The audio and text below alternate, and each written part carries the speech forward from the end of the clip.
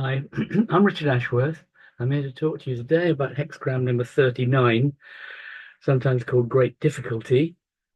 I think first thing to do is to share the actual hexagram so that you can look at the lines. So let's see if I can manage to do that. Yeah, yes, I think I can. There we go. That's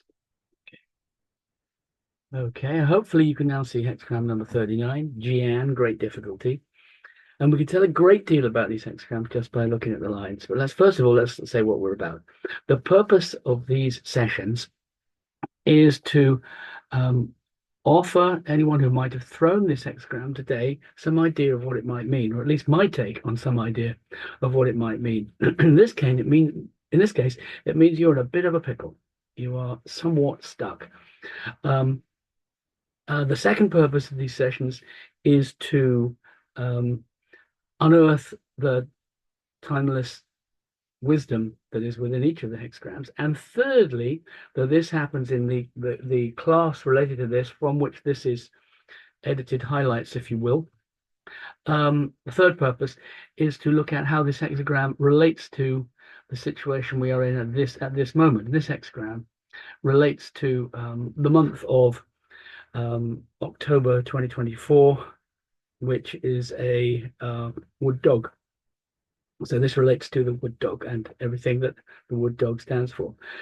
And Liu Yiming says, with Yang fallen into Yin, the mind of Tao is burdened by human activity and cannot manifest actively. So put very simply, when you're under huge stress, it's very hard to think straight, and it's particularly very hard to learn anything.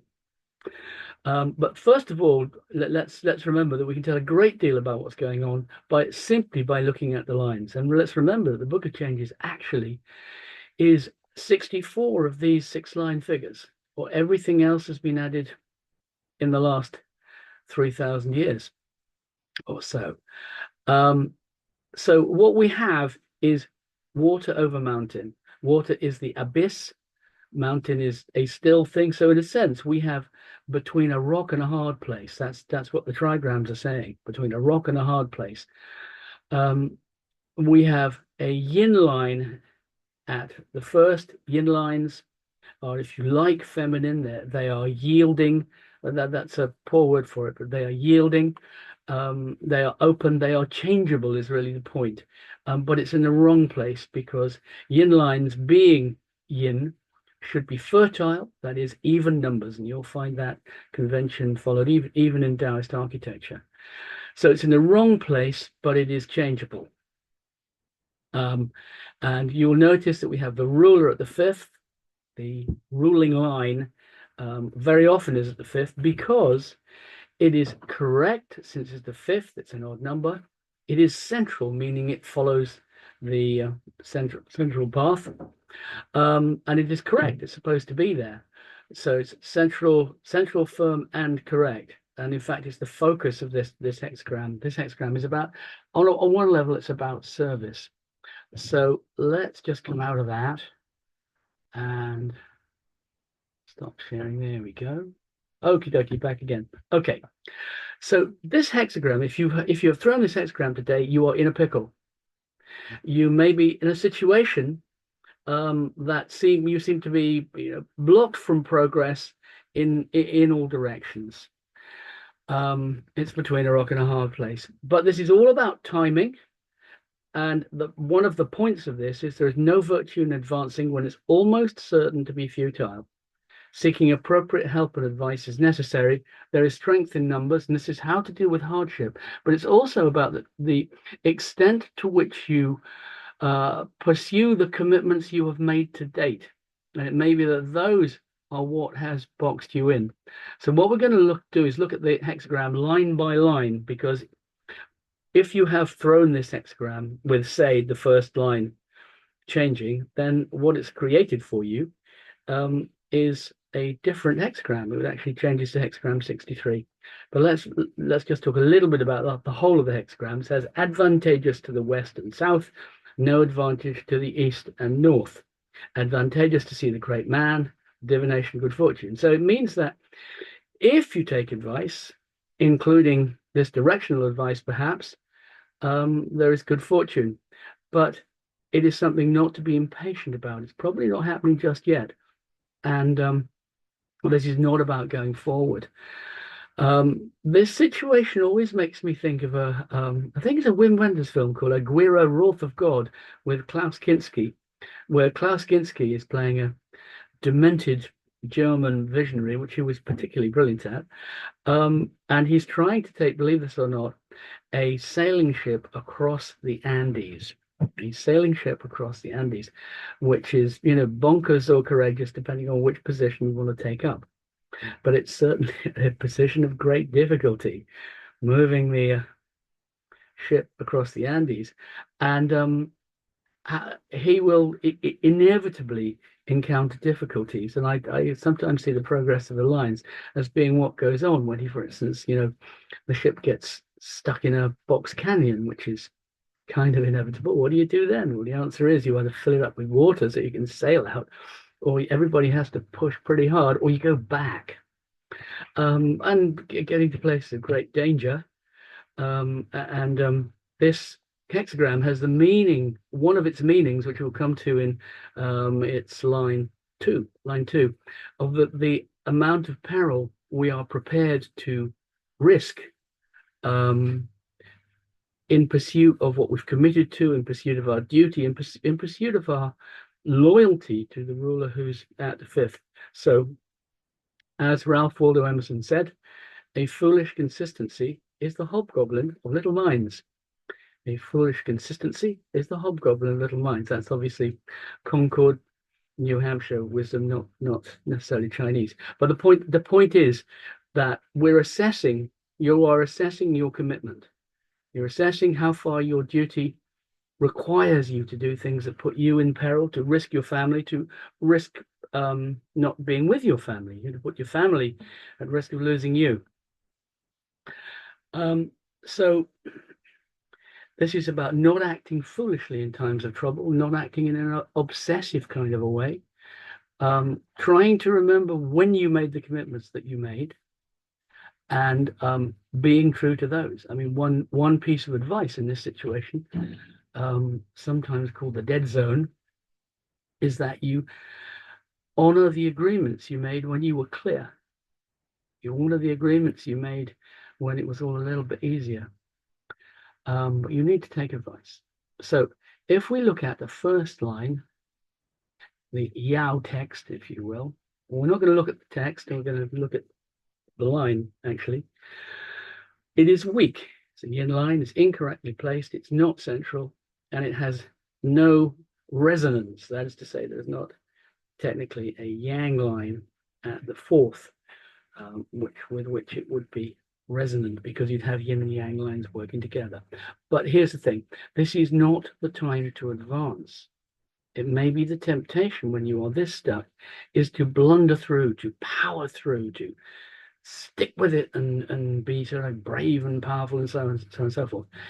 That may not be appropriate. The Tao is not necessarily the open door, nor is it necessarily the closed door.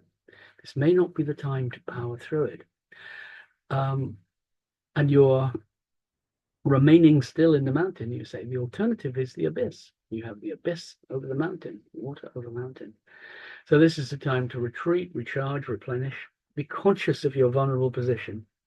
You're standing. Behave appropriately to that, because you are going to be, in the next line, looking at entering darkness where you're prepared to. But here's the thing. Don't move just because you can't stand not to.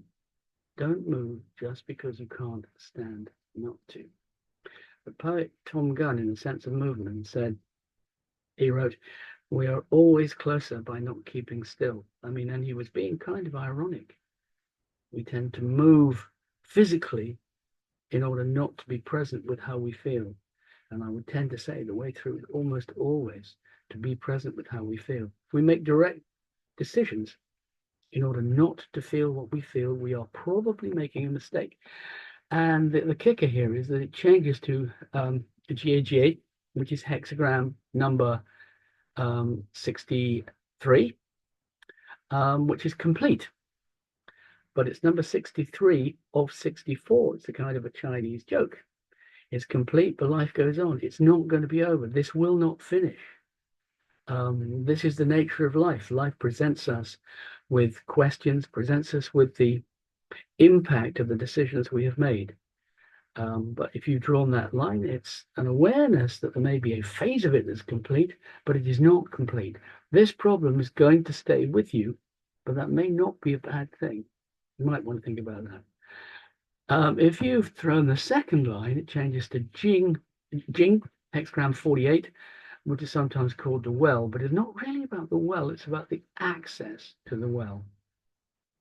And this is about whether you deserve access to the relationship, the benefits of the relationship you have with the ruler at the fifth. You have pledged yourself perhaps to an ideology, perhaps to a business structure, perhaps to a religion, perhaps to some task, and you're examining the difficulty that this has put you in. But this is right now asking you to stand up and be counted.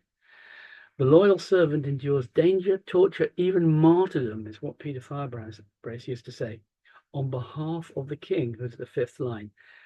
And the implication of hexagram 48, the well, is you may need an inventory of your resources. You may need to think about exactly what your resources are. You may need to make sure that they are safe while you take a risk.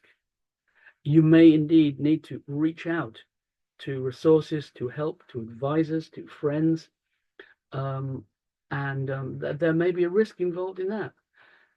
Human beings, men, I don't know. Anyway, it is often very true, so true for me.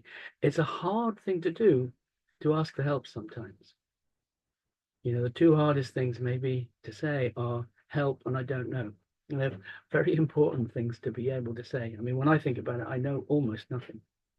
I've got some ideas, but I know almost nothing. So an inventory of your resources and awareness of what you may be able to call upon. But this is where you decide or not to take a risk. And if you take a risk, then there is a reward in the sense that the ruler at the fifth will reward you.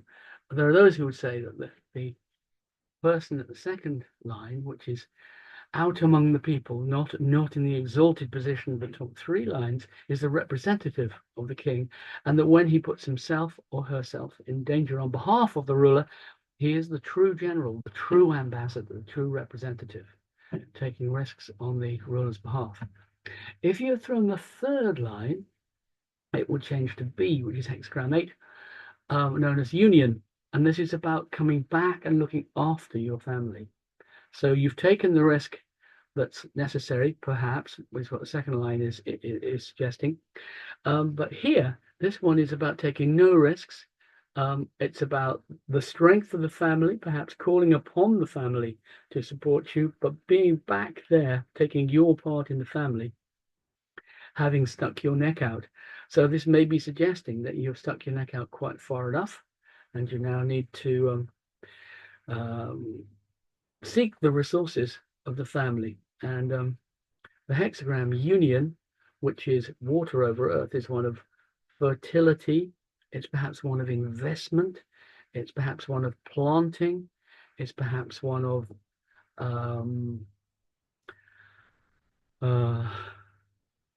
constructive activity. It is not destructive. Number 7, which is its pair, she, the army, is earth over water, which is kind of a smothering, polluting, controlling. This is the reverse of that. This is about the strength of union, the strength of togetherness, the strength of family. And even more, when we get to the fourth line, this is where it is quite difficult, because you're now in the fourth line, you're in the top trigram, which is the abyss, which is danger. And there is no resonance, no support. You'll remember it's a yin line at the fourth and also a yin line at the first. So technically they're not helping each other. But you need help. And the advice is to join with others, because going forward is so hard. There is strength in numbers, and particularly in the family. I mean, Confucius would say that an ordered society is an ultimate good, and ordered societies come out of ordered families. But if you are now feeling weak, you need to borrow strength. And it may be that it's hard for you to admit that weakness, but all of us have moments when we are helpless. We all need each other. My teacher, Chuck Spezzano, used to say that heaven is entered two by two. We need each other. This is relationship is what life is about, perhaps. And what you might do is to ask, who needs my help? You might take your attention off your own stuckness and look at who else is stuck, in distress, in trouble, to whom you might throw a lifeline. And you might well find that that is your way through, particularly to dragons, by the way. Dragons are called to be teachers and healers and often miss that point. It changes to hexagram 31, which is sometimes called influence. It is lake over mountain. And it's the family gathering around the fifth line, but also it has a meaning of deep intimacy, pillow talk, if you like, but of listening closely to those closest to you. If you have a partner, a significant other, it's listening closely to them. And this is a question of opening up, which is what water is all about, communicating, but it's about emotional disclosure. And it's about the reward, if you like, that comes from being sufficiently vulnerable that you will open up in that way. Some people would say that a definition of love, I'm not sure this is entirely complete, but a definition of love is to put yourself at risk of heartbreak and trust that your heart will not be broken. Which brings us to hexagram 5, which is the ruler. This is a very, very strong line. It is yang, it's at the fifth, it is central, it is correct. Hence, it is the ruler, the emperor line, but it is also the heart of darkness. It's the most dangerous line because when you have reached the pinnacle, there's only one direction that you can go. And this, it changes to hexagram 15, Jian, which is humility. And what is to be remembered here is that you didn't get there alone. Now, this may be advice to someone in this ruling position, in which case, remember humility, remember to be humble. It may be that you have now served in such a way that you have been elevated, and it may be that to consider that there is no such thing as security, which means that everything is secure, if you like. To remember to be humble, to be respectful of other people's egos, other people's aspirations, other people's preferences. Hearing other people's opinions will generally not kill you. And this brings us to the sixth line. Yin, correct, not central. It says, returning is great good fortune, advantageous to see the great person, but it's above it all. And this is, again, repeating that lesson, but it's never over. And it's never over because we choose to not have it be over. I'm not sure I'm saying that very clearly. It perhaps, and Peter Firebrace would say, it perhaps refers to what's called the Bodhisattva vow, which is, if you buy into this particular reality, this particular ontology, the idea that we live successive lives and eventually, we go through the wheel of samsara, eventually we achieve nirvana. The Bodhisattva's vow is that they will keep coming back as long as there are people who've not achieved nirvana. Now, you might make that a little less highfalutin and say that you continue to be aware of the difficulties of others as long as you have power to change them. And although you may now be in the position where you are above it all, where you are not directly affected by the vicissitudes of, wealth and war and fairness and those kinds of things, but you are putting your attention upon them because, frankly, you can't get away from it. It will never go away. And this is unusual in being the top line. That is basically saying your job is to be there and available for the people who are still struggling below. The Bodhisattva could ascend and turn his back or her back on the troubles of the world, but chooses to return in order to help bring in good fortune. And as it's the top line, it's now seeking advice, not assistance. It's about you seeking the help of the sage and you've earned their help, or it may be that you are the sage and you need to reach out. This is about not pulling up the ladder.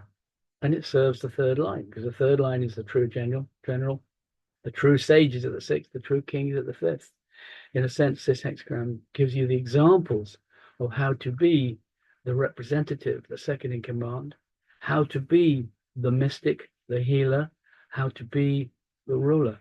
And it changes to hexagram 40, sometimes called deliverance, which is thunder over water. It is somewhere between white water and the riverbank, not yet out of trouble. Always remember that. Sorry, it doesn't change to that. I'm lying to you. It is often compared with that. The trouble is not yet over. You haven't yet reached the riverbank. What it changes to, interestingly, is I think last month's hexagram 53, also Jian, but a very different Jian, gradual progress, which is about either following the Tao, which will take consciousness, awareness, and courage, or having a very detailed plan, or perhaps both of those things. And what it's suggesting is that you have achieved this, perhaps those ways, and perhaps you have that to teach. But it's about changing the world very slowly. The other image I often have of this hexagram as a kind of overview actually relates to hexagram 20, which is Jian, which is the watchtower, is of the Silver Surfer, who's a peripheral character in the Marvel Comics universe, but his job basically is to be flying out around the world, looking down and despairing at the stupidity of human beings. And you might take that as one of the images of this line, which is to be aware of the difficulties and pain and stuckness out there that you are in a position to change now that you know a few things and you are in a position of power. So this has been hexagram number 29, Jian, Great Difficulty.